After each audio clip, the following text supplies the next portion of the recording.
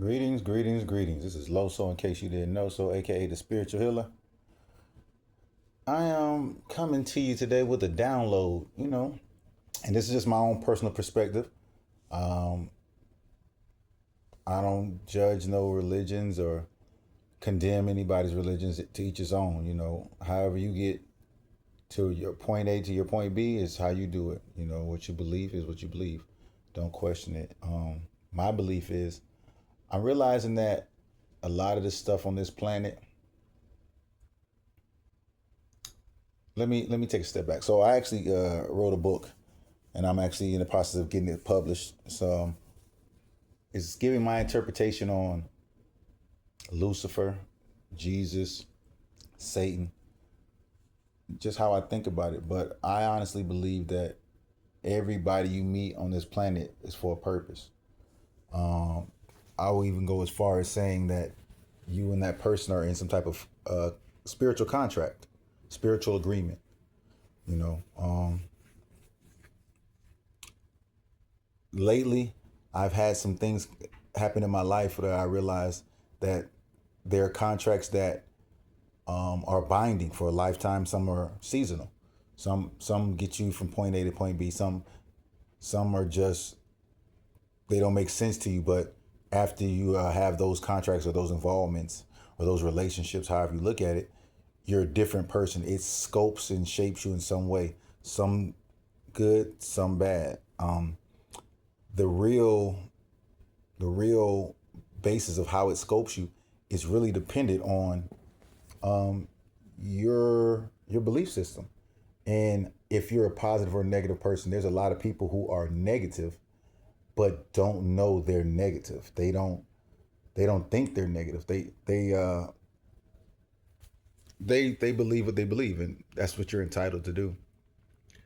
But depending on how you view things in the world is how you receive all information that comes to you.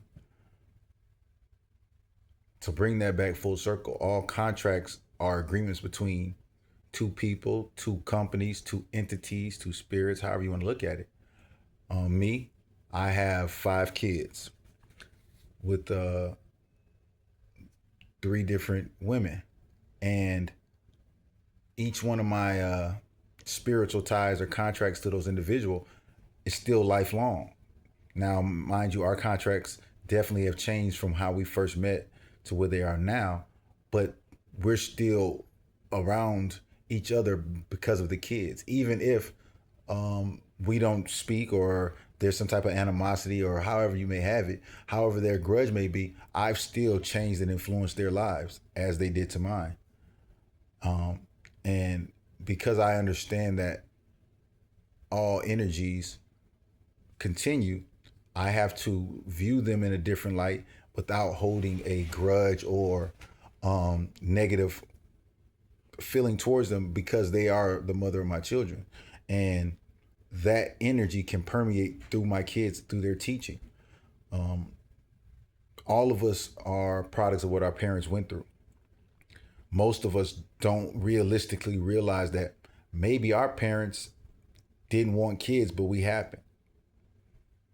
Maybe our parents were just really, really, really infatuated with each other to the point that we were the product of that infatuation. Not to mention that not everybody wants kids, and it's hard to say that when you have a child and that child comes into this world. Your manners and your actions towards that child will reflect if you really want kids, but not everybody wants kids. But I say that to say every interaction with somebody is a contractual agreement. And it came from the other side. It came from the spirit realm. You don't have to believe that. You could think it was fate, mistake, whatever have you. If there's a foundation to your belief system, most people believe that God don't make no mistakes. Everything happens for a reason. Everything is how it's supposed to be. You know, in that regards, then all your trials and tribulations are by design. I take that approach because I want to learn from all my situations. I try to take some information from it. There are going to be some people out there say, you think too much. And that's fine. Most of those people who say that are lifelong consumers. They're not business minded. Now, making money and being business minded is two different things. You can make money because you go out and pick up trash. But if you never turn into a business to get a tax deduction, you're not business minded. You just always got money. And the whole concept of money is another story in itself. So I won't go down that rabbit hole. But the people who benefit the most in this world think and plan accordingly for everything. That's why I see all relationships as contracts. Some contracts are lifelong, some are temporary, as I said before. But what you get out of that contract is the benefit. So in contract law, you need two agreeing parties that have an agreement that see mutual benefit from said agreement, which makes it a contract. And both have to voluntarily what's the word I want to use? Both have to voluntarily initiate and acknowledge the contract and produce on their part. They have to bring something to the table. Well, most good contracts. There's some one-sided contracts, which in contract law isn't real, because if one party feels that they're not getting their just, they can redact the contract. And again, I won't go down that rabbit hole either. But the point I'm making is that that's how relationships work. You and this person can think that y'all about to build whatever to ever together. And if they no longer see the benefit in that relationship, they can redact, they can take back their part of the contract at any time. At any time. Sometimes it's at the detriment to not just themselves, but the other party. What happens when that contract's redacted and there's kids involved? The kids are now subject to the contract change. They are subject to the change in the mannerisms of the people. Most people, because they don't look at relationships as contracts, they are emotionally invested, which is a good thing because that's how certain things are brought to life. But the same emotion that created and brought that contract will be the same emotion that destroys it. The same passion that made it such a strong bond will be the same passion that destroys it. Because at some point, you don't look for the mutual benefit, you look for the personal benefit, which is nothing wrong for that. Because one of the things I teach is finding the selflessness in selfishness, learning how to choose you and not be mad about it, because most likely the other person is going to choose them. Again, another rabbit hole that I won't jump into. But just staying on the topic of the spiritual contracts and how everything is involvement. Even you have contracts with your parents. Me and my mother had a contract. Our spiritual ties run way deeper than this universe. It runs way deeper than this time on this planet. This time she was my mom. I can't say I recall any other encounters we had together, but I do know for sure definitively that whenever I pass and go to the next plane, we're still going to have a tie. Our roles may be different, but our connection to each other, our bond, our being around each other is still going to be the same.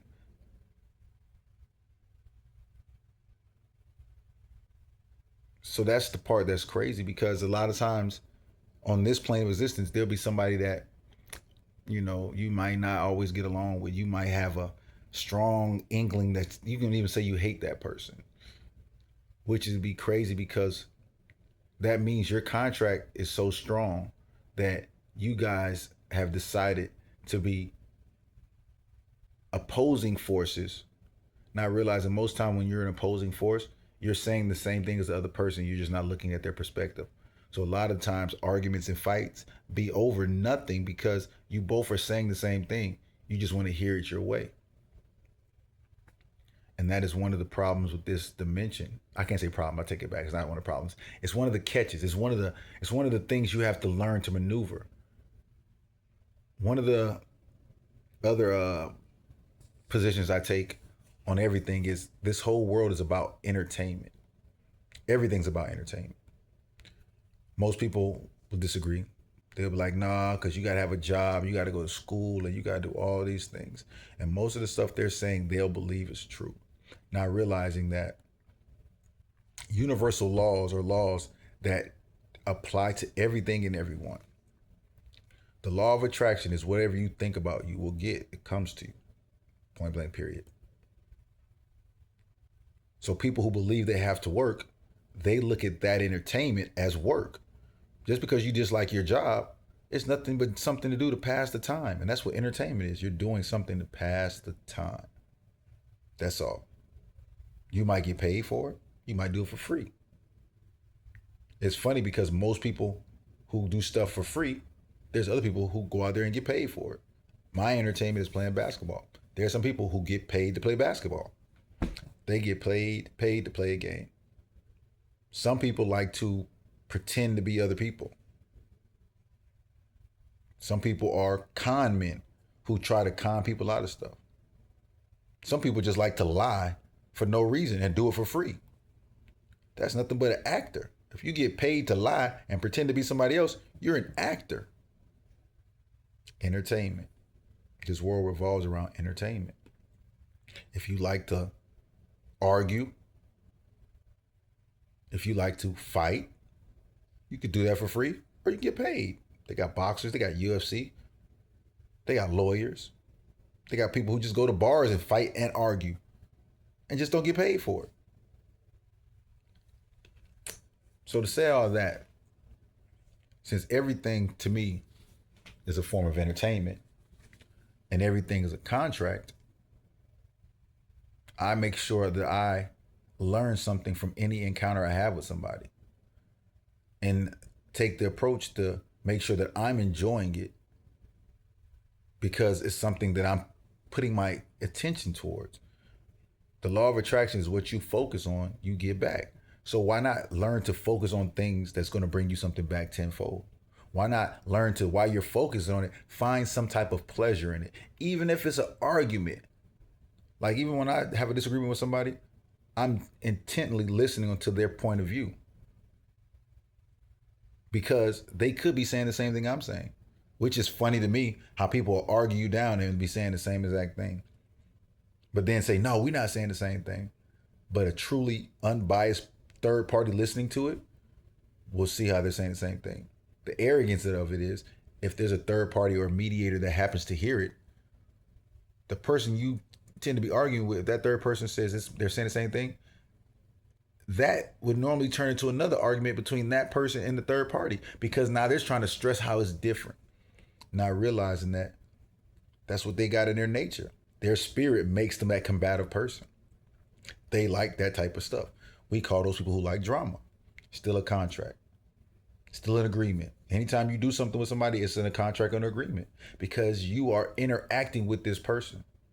And believe me, if it's not a contract or agreement, then ask yourself, why would you put up with it and do it? I'm pretty sure you're going to give some justification or some kind of crazy, but there's nothing wrong with that. But just be more mindful of the things you do and the things you say and how they affect you because everything has an effect on you, especially your body. From the words you say out your mouth to the things you listen to the TV shows you watch, all that has an effect on you. I've noticed that the more I try to get negative thoughts, words, and visions out of my environment is when I get rid of a lot of people who at one time said they were friends or relatives or relationships. When you change, and it could be for the better, for the worse, it's all perspective wise. But when you change, your environment changes. I decided that I wanted to stop watching horror movies because I understand how spirits work. I understand when you leave doorways open by looking at certain things. I try to personally cut back on cussing as much because I don't want to seem like my vocabulary is limited. I try not to listen to so much music that has so much derogatory and negative stuff in it. By me doing those actions, there's a lot of people who can't be around me now because I've heard I'm too positive. Or they'll say you're judgmental, but they'll ask you what you're thinking.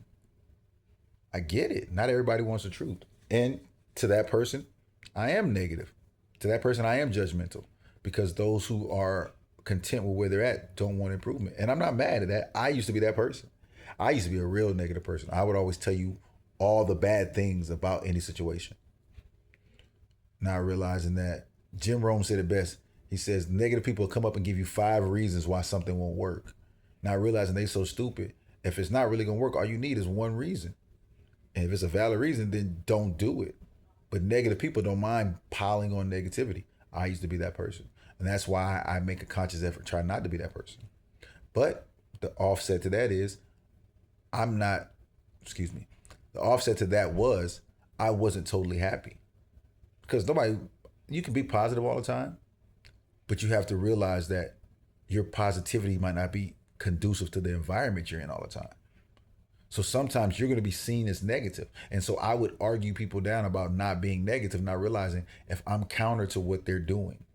If somebody wants to sit around and do nothing but smoke and drink for 8 hours straight on their day off, there's nothing wrong with that.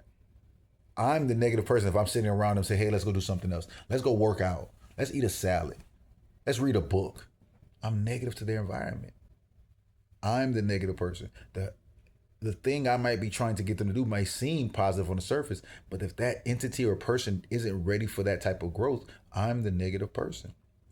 Again, which goes back to contracts. Certain contracts are voided or amended or broken because of the change in your characteristics. When you decide to want more for yourself, there will be a lot of people who you shed. In some scenarios, you might be the person that gets shed. You might be the person that, you know what? They always want to talk about church. I'm not a church going person. To some people, that's negative.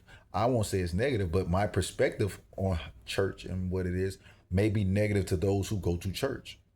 So to them, I'm negative because I don't believe the same exact thing they believe, because my God wouldn't have the same name as theirs. You know, I actually had a conversation with a lady and I was trying to explain perspectives to her, and I gave her my input as far as my God that I choose to believe in only deals in love, no hate. Her perspective is all of it's necessary. Her God is a God of wrath and da da da. I'm not knocking that, and that's neither here nor there.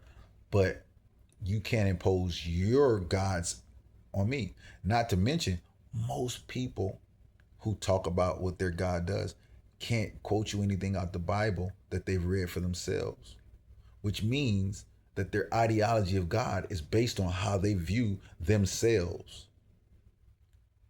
How you view the devil is how you view yourself. There's no devil in my form of, I won't call it religion, spirituality. There's no devil. But there's some people who have a devil. There's some people who have a Lucifer. Again, the book I am publishing talks about those two spiritual entities. And it is too, because Lucifer and Satan aren't the same thing. Devil, Satan, devil. I don't even know where the devil came from, but I know Lucifer and Satan is in the Bible. And they're clearly two different people. And I say people because the Bible was written by people. But again, not going to go down that rabbit hole. Not going to go too deep off the ledge. This video is already carrying a little longer than I anticipated. But the point I would like to bring to a head is that if you can approach life with a new perspective, you get new results. I'm approaching life with the contractual agreement mindset, because everybody that I come in contact with, I want to make sure that they're beneficial for me and I'm beneficial for them.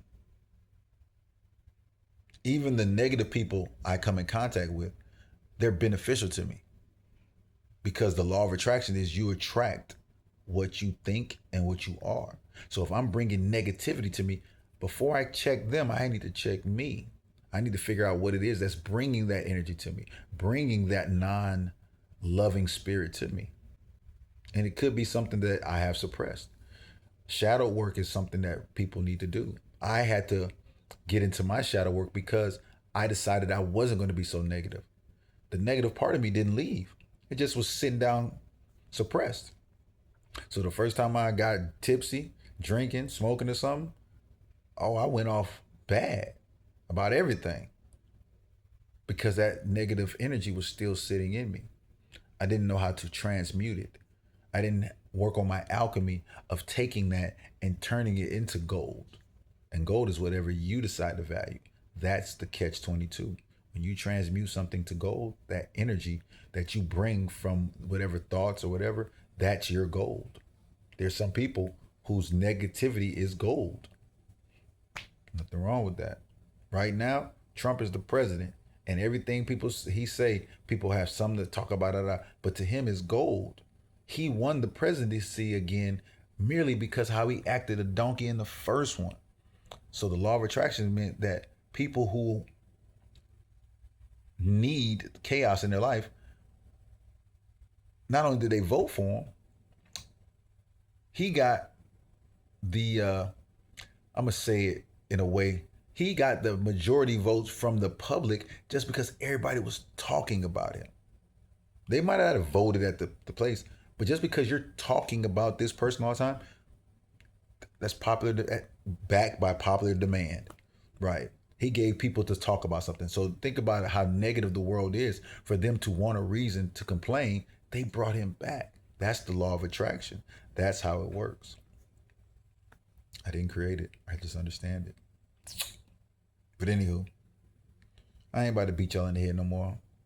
Loso, in case you didn't know, so just doing a little rant on my view of spiritual contracts, spiritual contracts, whatever you want to call it. You know, ain't nothing I'm saying fact, fiction. Ain't nothing I'm saying concrete. It's just what I feel and what I believe. There are going to be people who mesh, align with it. There's going to be people who don't. Crazy part about it is somebody always will have something to say about it. Nothing wrong with that though, because I don't mind talking. Again, Loso, in case you didn't know, so aka the spiritual healer, signing off with the contractual agreement.